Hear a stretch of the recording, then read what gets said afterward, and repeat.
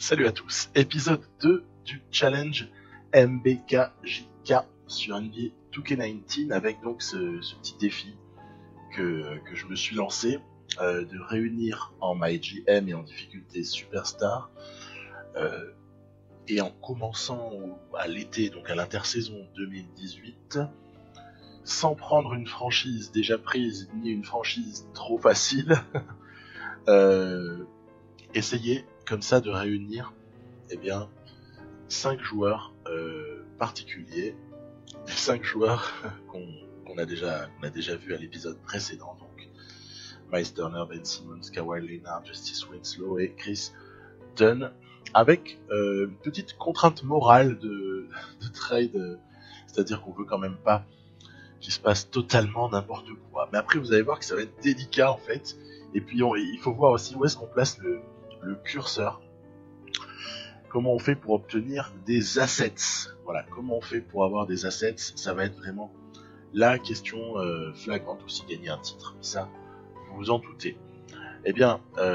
Donc, pour ce qui est de l'avancement, on était après 4 matchs joués, donc on est vraiment au début de saison 2018-2019, rien de bien original. On avait pris une rouste du côté des Cavs, avec notamment un LeBron James injouable à un moment donné. Du coup, c'était totalement foutu, quoi. Et on avait quand même donc réussi à avoir les 3 plus faciles, hein. Évidemment, les 3 des 5 qui sont les plus faciles à avoir, Justice Winslow, Myles Turner, ainsi que Chris Dunn. Et puis, ce qu'il faut voir également, c'est que la question qui se pose à ce moment-là, c'est que faire, comment réfléchir, comment magouiller, comment faire tout ce qu'on veut pour essayer d'avoir un Ben Simmons via un trade fatalement, puisqu'il lui reste encore, après cette saison-là, il lui reste encore une année de contrat rookie, donc à partir de là, il est de la même draft que Chris Dunn. Hein. Donc pareil que Chris Dunn et notamment Caris LeVert, hein, qui sont chez nous. Donc Ben Simmons, il lui restera encore une année, il sera dans sa 4e année après celle-là. Comment faire pour le débaucher des Sixers alors qu'il est intouchable? Et Kawhi Leonard, lui, il a une situation, je dirais, contractuelle qui est bien différente, puisque Kawhi Leonard, il est dans une dernière année de contrat, très peu payé, dernière année de contrat avec une option, mais l'option joueur là qu'on voit apparaître en vert, il faut pas y croire une seule seconde qu'il la prenne en fait. Il va y avoir tentative de renégociation. Ah là là là là là.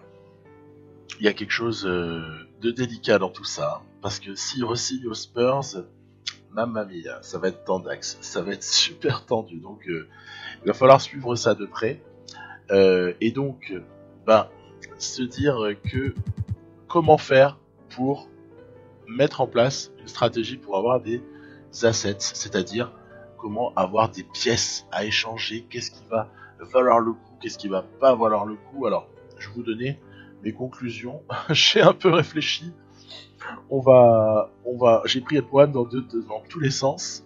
J'arrive aux conclusions suivantes. D'Angelo Russell, il est dans sa dernière année de contrat. Donc c'est vrai que soit on le transfère là, avant la trade deadline, soit, pour ne pas le perdre contre rien, bien évidemment, il faudra impérativement le re-signer. Re-signer, ça va prendre de la place dans le cap.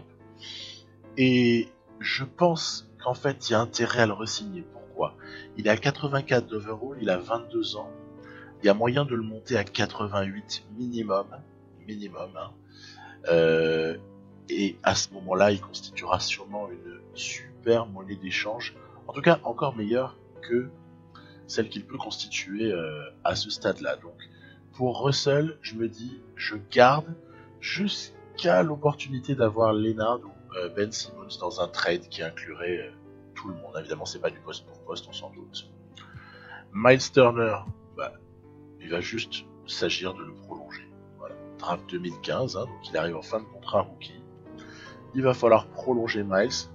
Le tarif risque d'être bien plus élevé que les 18 millions pendant 4 années que les Pacers avaient réussi à conclure avec lui dans la réalité avant le début de saison NBA 2018-2019. On passe à Julius Randle. Randle, je l'ai fait signer, comme vous voyez, un contrat dégressif. C'était parce que, au cas où je le conserve longtemps, et bien, comme ça, son contrat il pèse de moins en moins au moment où nous on a de plus en plus besoin de cap. En fait, c'était vraiment ça l'idée. Julius Randle, à mon avis, il faut le voir comme une monnaie d'échange. À un moment donné, il va être une monnaie d'échange parce qu'en fait, il va bien de toute façon falloir sacrifier des pièces. On va pas pouvoir garder tout le monde. En revanche, un Mirotic et son contrat plutôt soft à 11 millions, il restera 2 années après celle-ci.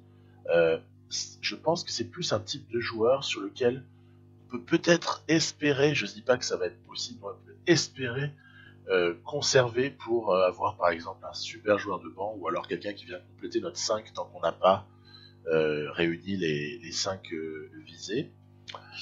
Chris Dunn, il lui restera une année en option équipe après celle-là, donc rien à dire. De toute façon, Chris Dunn fait partie du projet. Il sera conservé jusqu'à la mort. Un cas épineux. Un joueur que j'adore. Hein. Hollis Jefferson, c'est vraiment énorme. Hein. C'est épineux parce qu'il arrive en fin de contrat, rookie, hein, lui aussi, sa 4e année là. Et il va falloir soit le trader avant la trade deadline, soit il va falloir accepter l'idée alors de le conserver, de le re-signer. Ça sera pas gratuit, ça risque même de prendre de la place.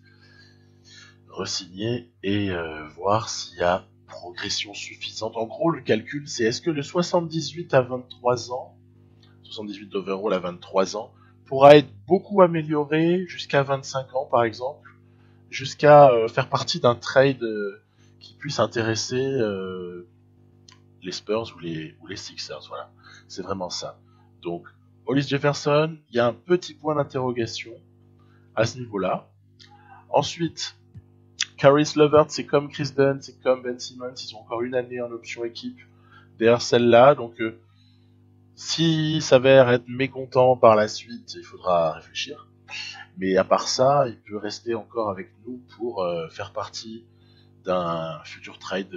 Puis après, évidemment, si je peux le garder, je le garde, hein, mais il risque de falloir envoyer de la envoyer du trade à un moment donné. Et je crois que il y a un jour ou l'autre où Caris LeVert ne fera plus partie du projet. Donc Justice Winslow, c'est comme Miles Turner, exactement pareil. Il va falloir re-signer à l'été qui suit. Ok, donc parfait. Ensuite, on passe à quelqu'un un peu de type Mirotic au niveau contractuel, c'est-à-dire qu'il restera encore du contrat, mais pas en fin de contrat, j'avais signé 2 ans. Extrêmement utile, vous allez voir dans les minutes qui vont suivre. Très utile, sous-coté, pas beaucoup payé. Bon, ça, a priori, ça se conserve. Hein. Il peut jouer 4 ou 5, ça se conserve très très clairement, ça se conserve tous les jours, sinon je l'aurais pas signé. Après, il y a un Joe Harris qui si ça continue comme ça, il est pas content, hein, il joue pas assez. Mais en même temps, je dois faire des choix. Joe Harris, si ça continue, il prend pas son option, hein, puisque mécontent, il la déclinera. Donc ça voudrait dire que Randle et Harris, a priori, feraient plutôt partie des gens qu'on est susceptibles de bouger cette année, contrairement aux autres. Contrairement notamment à un Dante DiVincenzo, que j'aimerais pouvoir développer. Je l'avais filé que 2 années à 8 et 8,4 avec l'augmentation de 5%, mais il a 21 ans, ça va monter, je lui avais boosté son potentiel en plus avec un petit potentiel inexploité. Honnêtement, DiVincenzo, j'adorerais que ce type ça devienne notre sortie de banc poste 1, poste 2, on sait que c'est un combo garde assez typique. Vraiment ce serait génial que le mec progresse, mais j'en doute pas en fait. Donc j'aimerais beaucoup garder DiVincenzo, je sais pas si ce sera vraiment possible. Petit, au passage, commentaire sur le petit bug des prétentions salariales de tous les rookies non confirmés par les équipes. Hein. Bon, de toute façon, on le connaît, c'est dans tout k 19, c'est comme ça. Les mecs, ils veulent tout, quoi. Déjà, à 8 millions, on s'en sort pas mal. Ensuite, Anthony Tolliver et José Calderon sont évidemment là pour apporter juste leur présence et un peu de mentorat, hein, je vous avais montré. Et puis, il y en a un qui risque, en cas de transfert de Hollis Jefferson, Il y en a un à qui j'ai filé un deal super longue durée parce qu'il était pas cher et 21 ans, c'est Derrick Jones Jr. Lui, c'est clair que le jour où Hollis Jefferson partirait, il est amené à avoir 10 minutes. Je m'en fiche qu'il ait 71, je sais que ça doit pouvoir bien progresser. Il est tout à fait dans le registre poste 3, mais tout à fait, on peut le mettre au poste 4. D'ailleurs, Miami le fait sans problème cette saison. Donc voilà le petit point sur l'effectif. Après, il va falloir aussi jouer avec les tours de draft. Il va falloir essayer de voir de quelle façon on peut magouiller tout ça. Ça va être tout l'enjeu de cet épisode. Allons-y. Alors je commence par jouer un certain nombre de matchs parce que je pense que c'est important. Je vise pas seulement, allez, je vous l'ai dit, hein, je vise pas seulement la l'unification des 5 que j'ai déjà nommés. Hein. Je vise pas seulement ça, je vise aussi un titre dans les 5 ans et honnêtement, cette équipe-là, telle qu'elle est, comme ça, moi je sais que même en difficulté superstar, elle est pas ridicule. Elle est pas ridicule. Je pense que ça doit aller en playoff. Enfin, normalement, ça doit aller en playoff.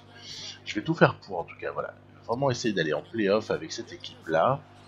Donc, je vais aussi remplir l'objectif du proprio, là, qui est de 20 victoires à domicile. Quel panier châteux à l'extrême, là, des Pelicans. C'est un peu délicat, ce match. Anthony Davis nous fait excessivement mal. Et au-delà de ça, il y a Alexis Agensa qui m'a gonflé. Je vous fais pas un dessin. Le mec, il joue même plus en NBA et tout. Et en fait, il nous a partousé. Faut vraiment. Voilà. Faut garder son calme parce que c'est vraiment gavant. Donc, l'idée, voilà, c'est installer, voilà, mes petits systèmes, mon fond de jeu là, fond de jeu. Que je vous ai déjà décrit, hein, je vous ai parlé de ça à l'épisode 1, mes systèmes de référence, là je joue sur 38 systèmes, ouais, je rajouterai peut-être au fil du temps, mais en tout cas déjà il y a de quoi faire, hein. Il y a de quoi faire largement. Les oublis défensifs, Julius Randle commence à me casser les pieds à un certain niveau. Je veux bien que tu te fasses tuer par Anthony Davis, mais faut pas non plus déconner. Mec, tu lui laisses 3 mètres, c'est sûr que voilà, on perd du côté des Pelicans, on n'a pas été trop en adresse. Puis je vous dis à Jinsa, voilà, lol. Ok, bon, passons à autre chose. Autre chose qui est pas n'importe quoi, alors que Mirotic n'est pas content de sortir du banc. Du coup, lui, j'ai pas autre chose à faire, malheureusement. En plus, il rajoute, la presse qui en rajoute une couche là juste derrière, donc un petit discours de remise. Allez, à partir du moment où le mec il a plus de 75, ça va quoi, 75 de morale. Hein. Donc en plus voilà, on reçoit les Golden State Warriors dans la foulée, des Warriors qu'on peut connaître. Bon évidemment ils ont pas des Marcus Cousins. Hein. Le jeu n'acceptera, il est aux Lakers. Le jeu n'acceptera jamais. Évidemment de faire signer un contrat à 4 millions ou 5 millions à des Marcus Cousins, hein, vous en doutez bien. Donc à partir de là, on avait pris un départ face à ces Warriors ultra classiques. On avait pris un bon départ à 15-5, là il y avait 10 points d'avance. Dunn fait un gros boulot sur Steph Curry. Ça c'est tout ce que j'attends de Chris Dunn, c'est être capable d'enquiquiner comme ça Steph Curry. Après, petit point au niveau de la rotation. Hein, vous voyez là encore, il pourrit la vie, c'est énorme. Évidemment, je joue à 2 meneurs, hein, mais en fait, D'Angelo Russell, c'est vraiment l'archétype du combo. Hein. C'est vraiment l'archétype. Il est très grand hein, pour un poste 1. En tout cas, a priori, c'est un meneur. Hein, a priori, c'est un poste 1, hein, D'Angelo. Mais on peut, pour moi, sans aucun problème le faire jouer à côté d'un autre meneur. D'ailleurs, j'ai rien inventé, hein. Quand je dis ça, je n'ai pas inventé l'eau tiède. Dinwiddie a beaucoup joué à côté cette année.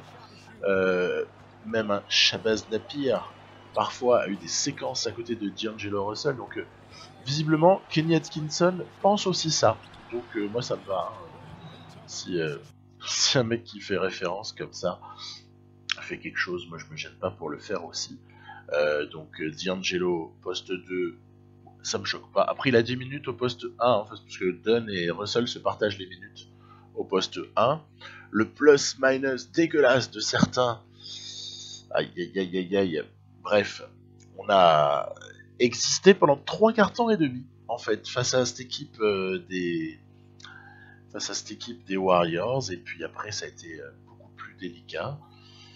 Et à l'heure d'affronter les New York Knicks qui démarrent très très mal leur saison, eh bien on a choisi de mettre DiVincenzo dans la rotation, parce qu'en fait Harris m'a un peu saoulé en fait là sur une ou deux prestations. Bah là on sortait de 2 défaites déjà, donc moi déjà 2 défaites, ça m'a un petit peu contrarié. Il fallait qu'il y ait quelqu'un qui paye un peu les pots cassés. Donc Harris out et welcome DiVincenzo. Donc le petit jeune qui, à mon avis, déjà en défense il fera mieux. Voilà, ce sera pas un plot. Et puis, vous voyez, pas qu'en défense, puisqu'il est capable comme ça, avec des qualités athlétiques pas mauvaises pour un joueur blanc. Il est pas mal, hein, il est vraiment intéressant. Après, c'est vrai que si défensivement, la Caris Levert, elle est pour toi celle-là. Si on laisse comme ça des paniers ouverts et des secondes chances à gogo, ben, on se prépare un match qui est a priori compliqué, parce qu'en face, Porzingis, il est égal à lui-même, hein, tout simplement. Et donc, à partir de là, c'est vrai que c'est pas évident. Donc, on est dans un match qui est très serré, fatalement.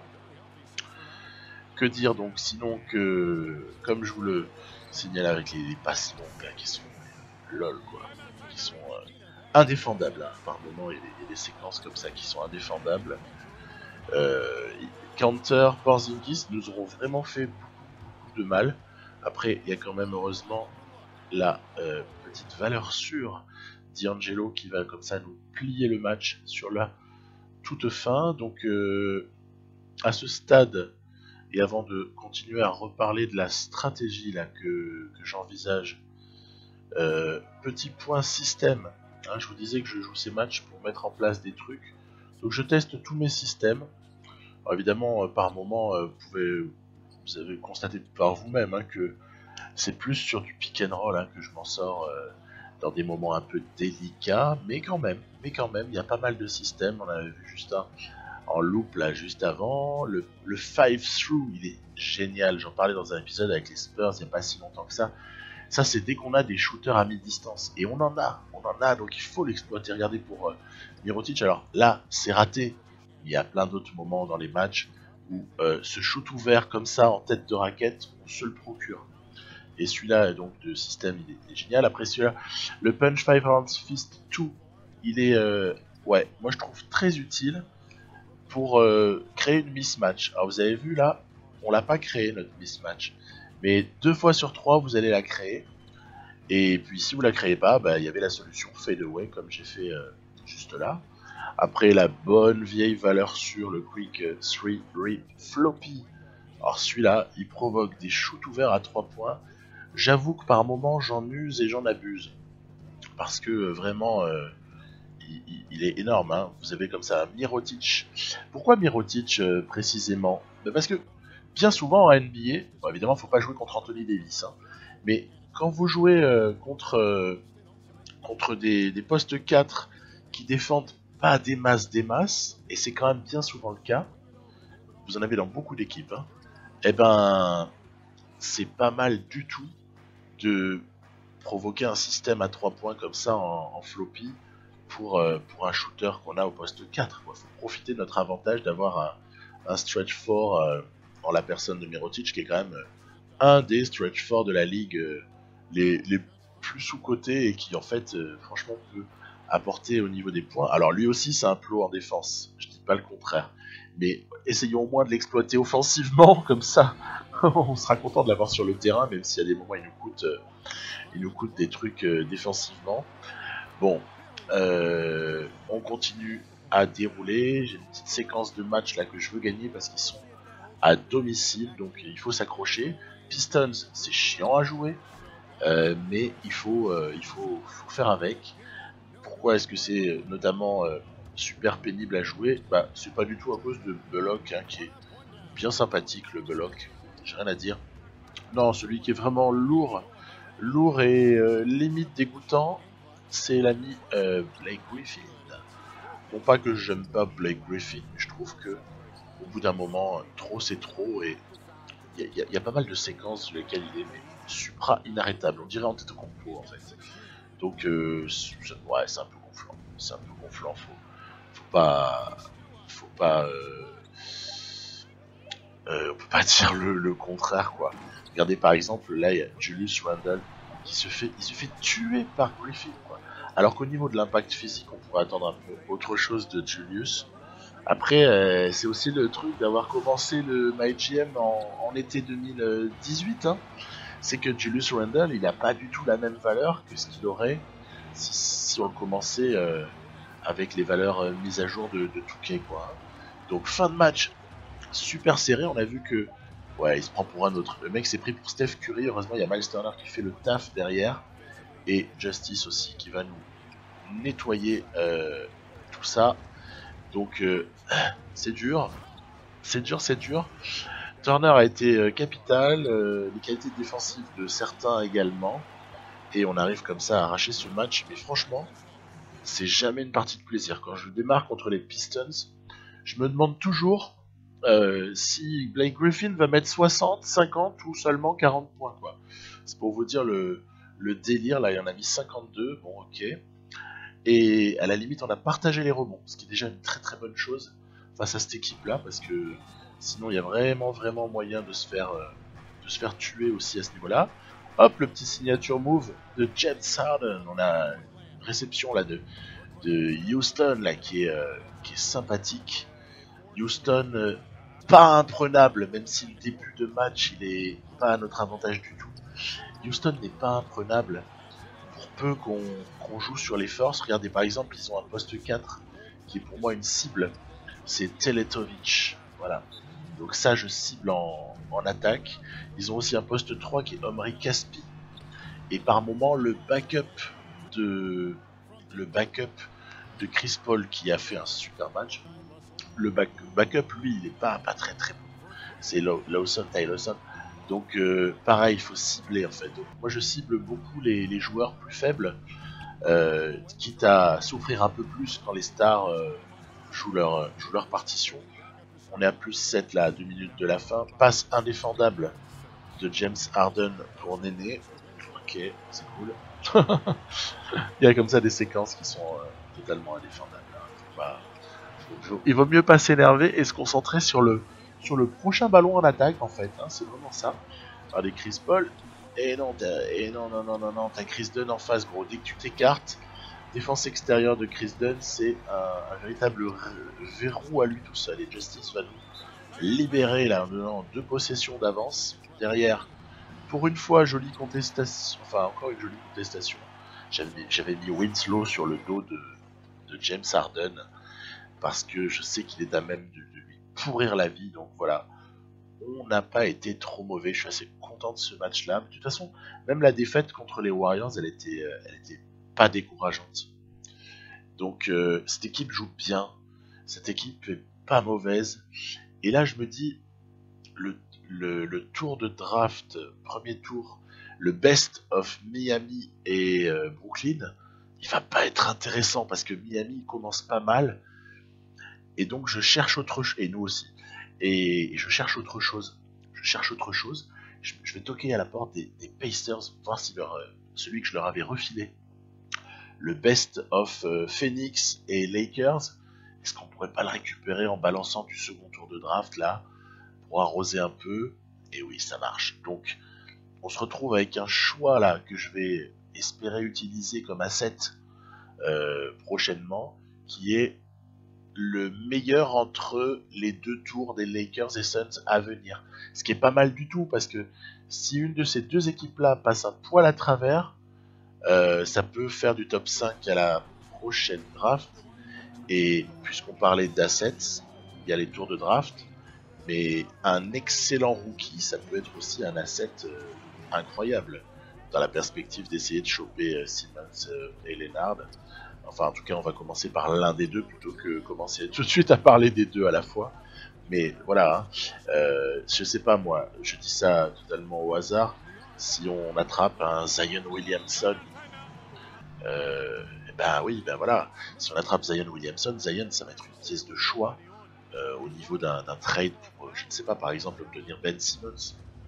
Bon, bref, vous avez compris que on continue à tisser notre toile progressivement. Réception des Sixers. Alors, quand je joue contre les Sixers, souvent j'ai du mal à défendre Ben Simmons, notre futur joueur, j'ose le dire, ou alors est-ce qu'on arrivera peut-être jamais à l'avoir, je sais pas. En tout cas, Ben Simmons, très très dur à stopper. Après, heureusement, quand Embiid n'est pas là, on essaye de régaler un peu Miles Turner. Bam, tiens, prends-toi ça. Prends-toi ça, mon grand. T'as un des meilleurs contreurs de la ligue en face de toi. Bon. Et puis toujours les petits floppies à 3 points. Voilà, pour Nico Mirotic. DiVincenzo qui reste dans la rotation. Je l'aime beaucoup, je l'aime bien ce gars-là. Vraiment sympa. Hop, petit shoot à distance. Là, tête de raquette pour Mirotic toujours. Comprenez pourquoi je vous disais que Mirotic, je n'ai pas vraiment l'intention de m'en séparer. Ni Ilyasova d'ailleurs, qui est précieux aussi dans son registre. Donc ni Mirotic ni Ilyasova, je pense que je vais vraiment conserver. Et en cette fin de match, jolie défense, en tout cas dissuasion de Miles Turner. On arrache ce match. Ouf, c'était pas gagné. On aura eu une réussite presque scandaleuse à 3 points dans ce match, mais c'est pour toutes les fois où on fait du 30%, 33%, hein, pour une fois, on a été adroit. Ok, alors on continue. On va enchaîner un peu plus rapidement maintenant. Maintenant j'ai vu ce que je voulais voir.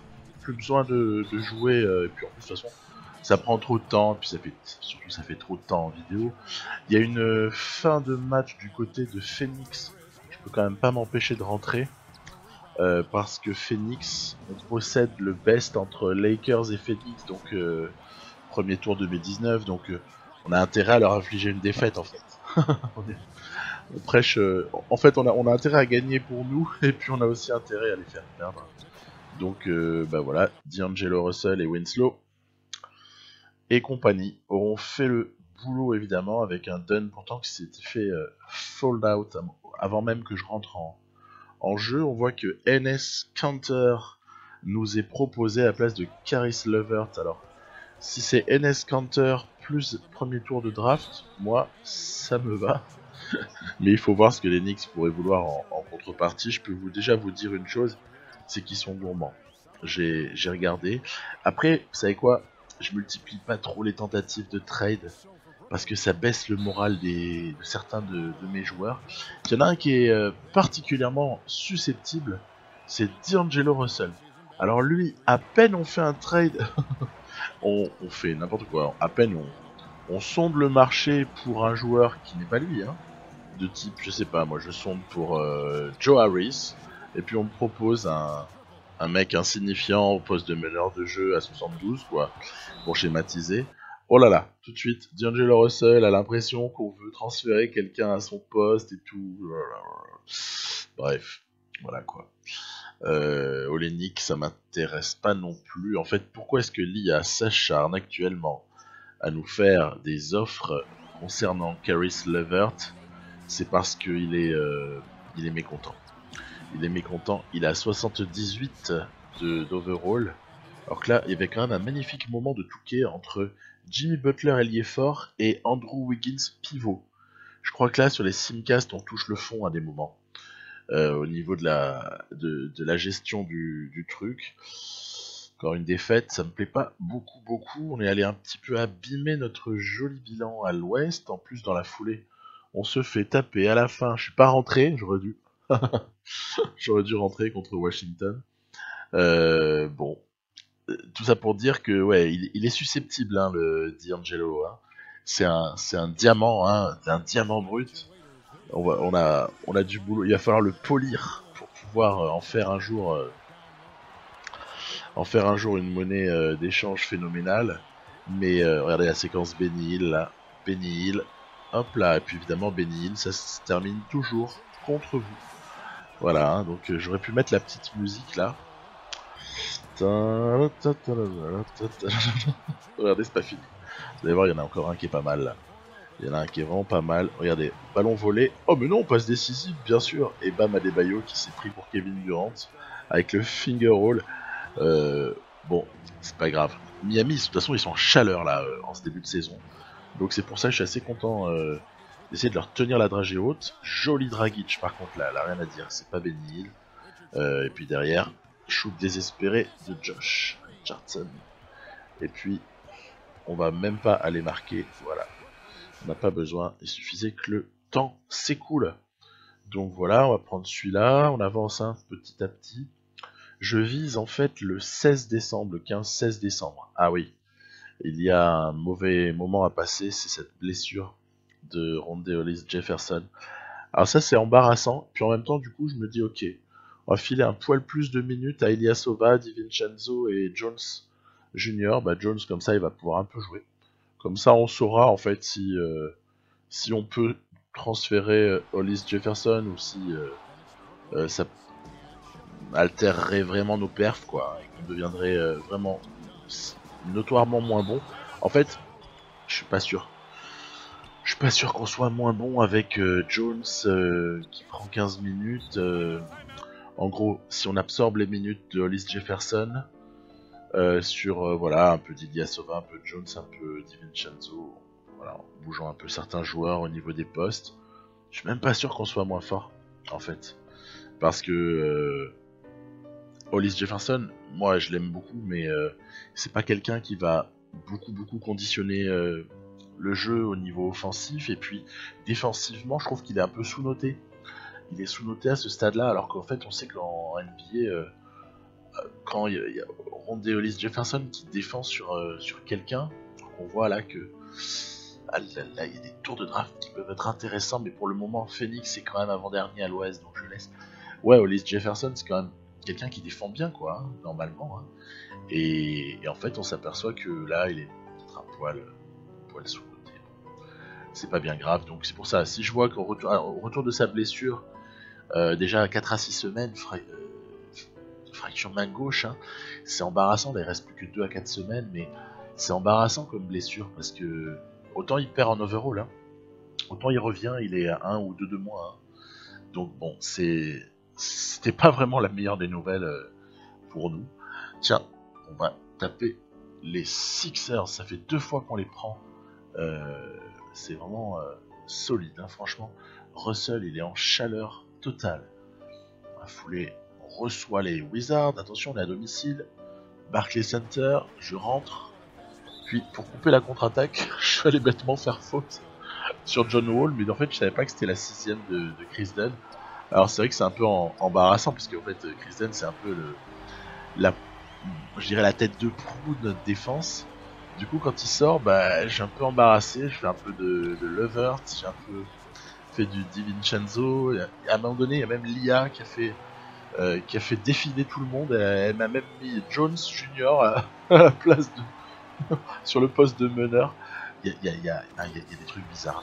Je trouve que par moment, il y a des craquages du jeu auxquels on n'avait même pas le droit. Dans NBA 2K18, etc., 17, 16, il y avait des conneries qu'il n'y avait même pas dans les versions d'avant. Et puis Winslow qui va conclure. Et puis, ils nous font apparaître des trucs trop bizarres. C'est quand même étrange, hein, parfois. Très étrange. Donc on va avancer jusqu'au 16. Voilà. Pourquoi le 16 ? Parce qu'après le 15, vous pouvez commencer à transférer des gens que vous avez signés l'été d'avant. Caris LeVert n'est pas content. ça m'embarrasse, parce que du coup vont être concernés éventuellement par un trade qui, Randall, Harris, Levert, bah ouais. Donc il va falloir se débrouiller. Je vais vraiment tout faire pour essayer de choper un tour de draft, un premier tour qui puisse nous mener vraiment, allez, top 3 de la prochaine draft. Voilà. Je vise vraiment ça. Et du coup, bon, il faut regarder le bas du classement, hein, quelque part. Il faut regarder à l'est, on voit Hawks, Bulls, Knicks, Pacers, mais ils sont pas bien les Pacers. Hein. Et donc ça c'est pour l'est. Et puis à l'ouest, je sais déjà qu'il y a Mavericks qui sont particulièrement mal. Dallas est vraiment faible. Grizzlies, Blazers. Après, c'est dans un mouchoir de poche. Ça peut basculer à tout moment. Phoenix, par exemple, ils ont 5 équipes derrière eux, mais autant en 3-4 matchs, ils repassent avant-dernier. Donc. Mais au niveau du bilan, quand même, leur bilan il est presque équilibré. Donc c'est pas génial. Le premier tour, là, Best of Lakers Suns, il est de moins en moins intéressant. Donc ce que je vais faire, et je conclus cet épisode en vous annonçant le truc, je vais essayer d'échanger ce tour de draft là contre un meilleur tour de draft. Et évidemment, je serai obligé de rajouter, je vais être obligé de mettre dans la balance, tant pis, soit Julius Randle, soit, si ça suffit, le shooter, hein. Alors, son nom m'échappe sur le moment. Notre shooter fou là qui ne joue plus parce qu'il est trop fantomatique en défense, Joey Harris, voilà. Et puis éventuellement, sinon, pourra être mis dans la balance Caris LeVert, qui a une vraie valeur sur le marché. Il est à 2 étoiles et demie en valeur marchande. Voilà. Donc à suivre. Je vous dis à bientôt. Bye.